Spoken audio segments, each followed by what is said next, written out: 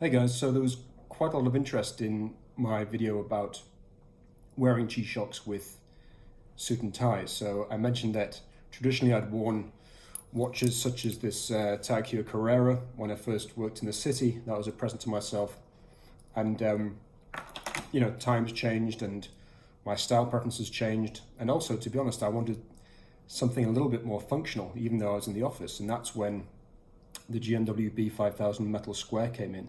And I do, really think that this works with any suit and tie. It looks fantastic in the office, and it's hugely practical as well because of its Bluetooth link, the fact that, you can travel with it and set it to the right country and time zone instantly without having to think through and any of those details. It all does it automatically for you. Anyway, this video, I just wanted to mention about my thoughts around wearing a G-Shock with kind of smart casual wear. So I would say when I go out and socialize in bars or evenings out, generally my attire will be a pair of chinos, a light shirt, sometimes a jacket if I'm going out to a slightly more maybe a nicer environment, more formal environment. I would class this as my smart casual. Now, which watch would I be wearing? These days, almost every time, it's this GA2100 triple black. Now, it's a kind of timeless piece. It's completely what you might call a sleeper or under the radar.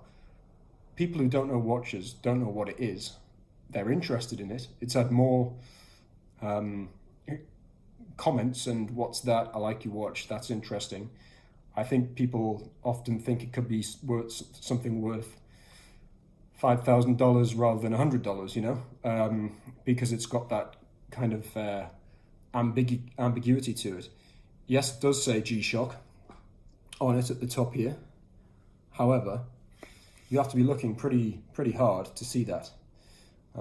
It's also, of course, got the really useful little digital display inside, which gives you some world time settings as well as stopwatch and other things. So it is practical as well. But the main reason why I find this an extremely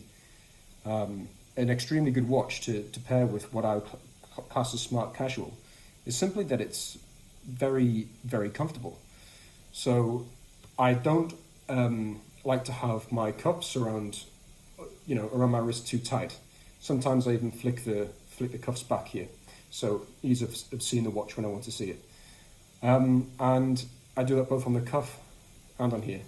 Now, what you don't want in that situation is a watch that's too bulky. You want something that's slimline. Now, this is, I believe, the lightest and possibly the slimmest G-Shock in the market.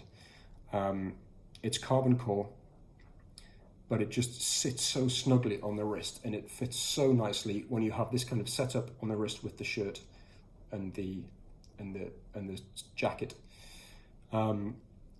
It's also just zero maintenance. One of the things about this Tag Heuer Carrera which made me move away from it was that gradually over time it required more winding, and winding a watch like that is not a big deal. It sounds like a very lazy excuse, but at the same time, if you do forget to do it, say you go away for the weekend, you suddenly, on the way to work, you slip your watch on, you realize it hasn't been wound, and yeah, it's going to be a bit of a pain. Of course, it does have the mechanism inside where it actually, with the movement inside, it will charge itself. But still, if you don't move, it doesn't get that kinetic movement to charge it, so it will eventually need winding. I also know that this happens when it hasn't been sent for maintenance for a while, which again is why I come back to the G-Shock.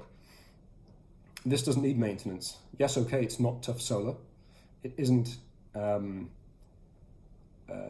got the everlasting battery like the Metal Square, but it is going to need no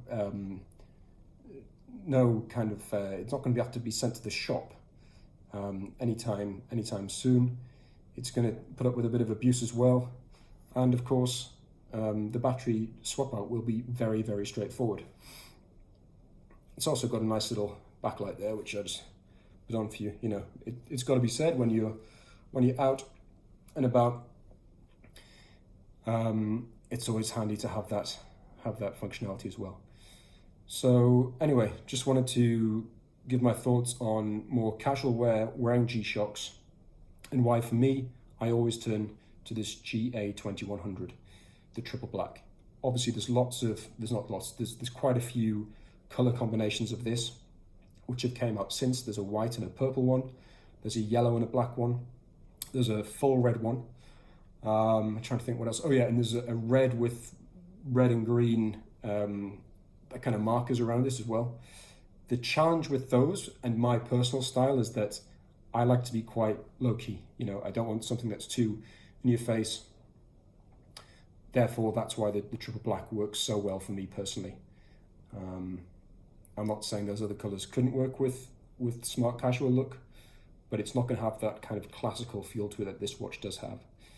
Again, if you do see this watch and it's a decent price, I would recommend considering to buy it, because it's a rare piece these days. But unfortunately, I haven't seen them now below about $250, $300, considering they initially cost $99 or even less. That's quite a price hike. Anyway, I hope you found that useful. Just some personal thoughts, and yeah, have a good day. Take care.